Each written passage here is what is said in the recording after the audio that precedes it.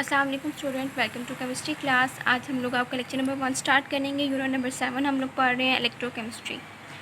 तो आपके पास इलेक्ट्रोकेमिस्ट्री क्या होती है, फर्स्ट ऑफ ऑल हम लोग ये देखें तो relationship between the electricity and chemical reactions. तो हम लोग इस चैप्टर में जो लास्ट मंथ में हमने स्टार्ट किया था, डिटेल में काफ़ी कुछ पढ़ा इलेक्ट्रोकेमिस्ट्री के बारे में कि बेसिकली इलेक्ट्रोकेमिस्ट्री क्या होती है और हम लोग इसे क्यों पढ़ेंगे। उसके बाद हम लोगों ने इसमें ये देखा कि ऑक्सीडेशन और रिडक्शन क्या होती है। आपके पास ऑक्सीडेशन और रिडक्शन जो है उसको हम लोगों ने 3 वेज से देखा था, इलेक्ट्रॉन के रेफरेंस से, ऑक्सीजन के रेफरेंस से और हाइड्रोजन के रेफरेंस से।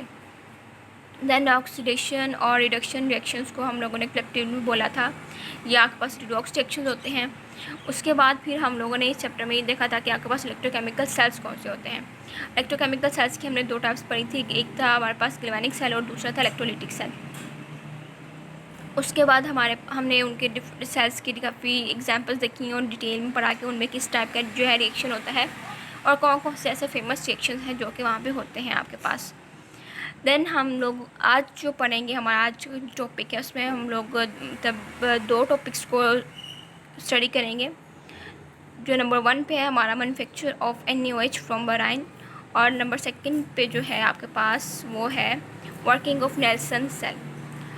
तो जो आपके पास फर्स्ट ऑफ ऑल हम लोग अपने टॉपिक को देखें, मैन्युफैक्चर ऑफ NaOH फ्रॉम बोराइन को। तो इसको देखें तो हम लोग यहाँ पर ये देखेंगे कि जो NaOH है, इसका हमारे पास सोडियम हाइड्रोक्साइड है, उसको हम लोग कैसे प्रिपेयर कर सकते हैं बोराइन को यूज़ करते हुए। अब अगर आपके माइंड में ये है कि बोराइन क्या है, तो बोराइन जो है आपके पास एक्वस सोल्यूशन होता है सोडियम क्लोराइड का। क्लियर। देन हम लोग बात करें कि NaOH को हम कैसे प्रिपेयर करते हैं।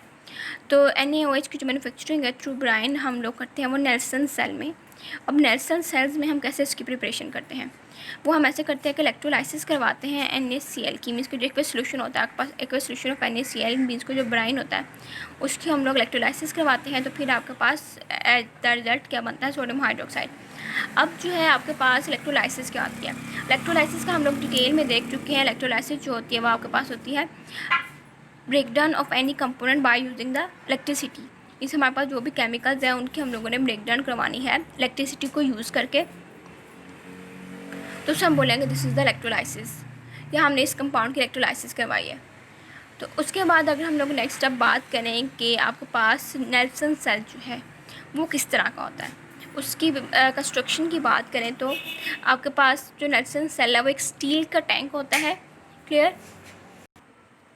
और जो इसके अंदर ग्रेफाइट होता है वो आपके पास एनोड के तौर पे एक्ट करता है। देन इसमें आयरन कैथोड होता है। अगर हम लोग बात करें कि जो ग्रेफाइट एनोड है इसकी लोकेशन क्या होती है, तो ये बिल्कुल सेंटर में सस्पेंडेड होता है। तो सेंटर में कहाँ पे सस्पेंडेड होता है, जो आयरन कैथोड होता है वो वहाँ पर ये उसके सेंटर में ये सस्पेंडेड होता है। उसके बाद आपके पास जो आयरन है वो जो कैथोड है आपके पास आयरन कैथोड, वो किस शेप में होता है, जो आपके पास कैथोड होता है कहता है वो परफोरेटेड होता है, मीन्स कि उसमें होल्स होते हैं, और देन वो यू शेप्ड का होता है, मीन्स कि जो आपके पास अल्फ़ाबेट है ना यू, उस शेप का होता है ये, और इसमें होल्स होते हैं। परफोरेटेड मीन्स कि उसके अंदर होल्स होते हैं। देन उसके बाद जो आपके पास आयरन कैथोड होता है वो लाइंड होता है विद एस्बेस्टोस, मीन्स की कवरिंग की होती है इनर साइड से ना, जो मतलब कैथोड की इनर साइड है उसको उन्होंने क्या किया होता है, कवर किया होता है एस्बेस्टोस को यूज़ करते हुए। उसके बाद अब हमारे पास जो है इसके अंदर हम लोग बात करें कि इलेक्ट्रोलाइट जो है वो क्या आता है। इस इलेक्ट्रोलाइट भी तो यूज़ होता है ना जब हम लोग वो काम करवाते हैं यहाँ पर इलेक्ट्रोकेमिकल सेल्स में। तो यहाँ पर आपके पास जो इलेक्ट्रोलाइट है वो बोराइन यूज़ होगा। जो बोराइन हमारे पास होगा उसको हम एज आ इलेक्ट्रोलाइट सोल्यूशन भी यूज़ करेंगे। उसके बाद अगर हम लोग अब इसकी वर्किंग जो है उसको देखेंगे, जो आपके पास एक वर्किंग है नेल्सन सेल्स की वो कैसे होती है, और जो हम लोग बोराइन के थ्रू बना रहे हैं NaOH को वो कैसे बनाते हैं, एक्चुअल में कौन से ऐसे रिएक्शंस होते हैं जो कि होते हैं आपके पास इसकी मैन्युफैक्चरिंग के अंदर। तो जो आपके पास है यहाँ पे एक्वस सोल्यूशन होता है NaCl का, जिसको हम लोग ने बोला बोराइन, वो किन चीज़ों पे कंसिस्ट करता है, उसके अंदर डिफरेंट आइंस होते हैं। अगर हम लोग उसके आयोनाइजेशन करवाएं, सोडियम आइन, क्लोरीन आइन, हाइड्रोजन आइन और हाइड्रोक्सल आइन। तो उसके बाद अब क्या होगा, जो आपके पास जब ये आइंस में इनकी आयोनाइजेशन हो जाएगी, मीन्स की आइंस में कन्वर्ट होंगे, तो ये अपने रिस्पेक्टिव पोल्स की तरफ मूव करके जाएंगे। मीन्स कि जो पॉजिटिव है आपके पास वो नेगेटिव कैथोड, जो नेगेटिव पॉजिटिव है वो नेगेटिव इलेक्ट्रोड की तरफ मूव करेगा और जो नेगेटिव है वो पॉजिटिव इलेक्ट्रोड की तरफ मूव करेगा। उसके बाद अगर हम लोग अब ये देखें कि एनोड पे और कैथोड पे कौन से रिएक्शन होंगे हमारे, तो जो अगर जनरल से हम लोग थोड़ा सा ओवरव्यू करें तो जो क्लोरीन है आपके पास, क्लोरीन आयन जो है वो क्या होगा, एनोड पे जाएगी और वहाँ पर क्या होगा, अपने इलेक्ट्रॉन्स को वो लूज़ करेगी और क्लोरीन गैस में कन्वर्ट हो जाएगी। क्लियर। देन अब जो हाइड्रोजन आयंस हैं हमारे पास वो क्या करेंगे, कैथोड की तरफ मूव करके जाएंगे और वहाँ पर वो क्या करेंगे, अपने जो है इलेक्ट्रॉन्स को गेन करेंगे और हाइड्रोजन गैस में कन्वर्ट हो जाएंगे। अब आपको ये देख के ही मतलब आइडिया हो रहा होगा, जो एनोड है उसके ऊपर हमारे पास पॉजिटिव चार्ज है और कैथोड पे नेगेटिव चार्ज है। तो अगर हम लोग रिएक्शंस की बेस पे देखें कि जो रिएक्शन है वो कैसे इसमें होता है और हमारे पास प्रोडक्ट्स जो हैं वो कैसे मिलती हैं, तो जो आपके पास फर्स्ट ऑफ ऑल तो है आपके पास जो NaCl की आयोनाइजेशन होती है, मीन्स कि आपके पास सोडियम और क्लोराइन में ये चेंज होता है। उस साथ में इसके पास जो है आपके पास होते हैं हाइड्रोजन और हाइड्रोक्सिल आयंस। तो एनोड पे जो आपके पास रिएक्शन होता है वो क्या आता है कि क्लोरीन जो है वो आपके पास एनोड पे जाता है और 2 इलेक्ट्रॉन को लूज़ करता है तो बन जाता है क्लोरीन गैस। कैथोड जो है आपके पास जाता है, जो हाइड्रोक्सिल है वो जाता है कैथोड पे और बाद में बन जाता है वो 2H2O, ऑक्सीजन के 2 मॉलिक्यूल्स रिलीज़ होते हैं, साथ में ऑक्सीजन गैस है ये, और साथ में 4 इलेक्ट्रॉन्स को ये रिलीज़ करता है। अब यहाँ पर 4OH नेगेटिव है और अब यहाँ पे हम लोग 2H2O बोला है, इसका क्या मतलब हुआ, और यहाँ पे 4 ऑक्सीजन है और 4 ही हाइड्रोजन है। तो हम लोग अगर 2 मॉलिक्यूल्स बनाते हैं वाटर के तो उसके लिए हमें क्या चाहिए, 4 हमें हाइड्रोजन एटम्स चाहिए और 2 जो है हमें ऑक्सीजन चाहिए, 2 एटम्स ऑफ ऑक्सीजन चाहिए। तो इस तरीके से यहाँ पर हमारे पास जब 4 ऑक्सीजन है और 4 हाइड्रोजन है तो हाइड्रोजन तो यूज़ हो गए, उसके बाद हमें ऑक्सीजन की 2 ज़रूरत है तो 2 बच गए। तो यहाँ पर O2 और यहाँ पे ये 4 इलेक्ट्रॉन्स को लूज़ करेगा। क्लियर।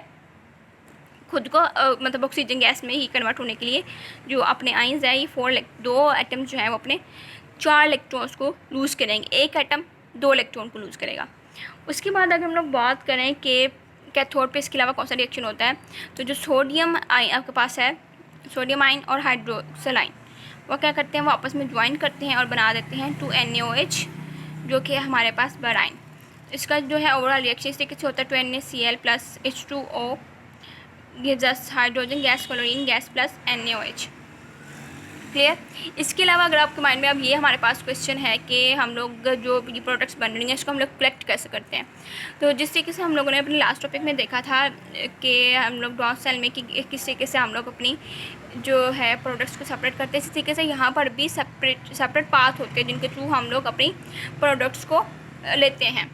तो यहाँ पर जो आपके पास है हमारे पास ये देखें, जो यहाँ पे आपकी बुक पर डायग्राम बनी हुई है फिगर 7.5, तो वहाँ से ये जो है यहाँ पे मतलब आपके पास क्लोरीन गैस जो है वो बनती है। तो यहाँ से ये येलो कलर से ये जो पाथवे होता है क्लोरीन गैस के रिमूवल के लिए हम मतलब यहाँ से उसको कलेक्ट कर लेते हैं, और जो ये है ओपनिंग यहाँ से हम लोग हाइड्रोजन गैस को ले लेते हैं।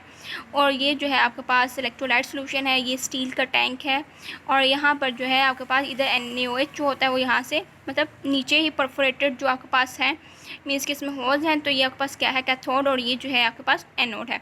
एनोड जो है इसकी इनर साइड पे और ये यू शेप का है, ये देखें तो इसके अंदर होल्स है। तो यहाँ से क्या हो रहा है आपके पास जो है NaOH वो नीचे ड्रॉप्स की फॉर्म में आ रहा है। क्लियर।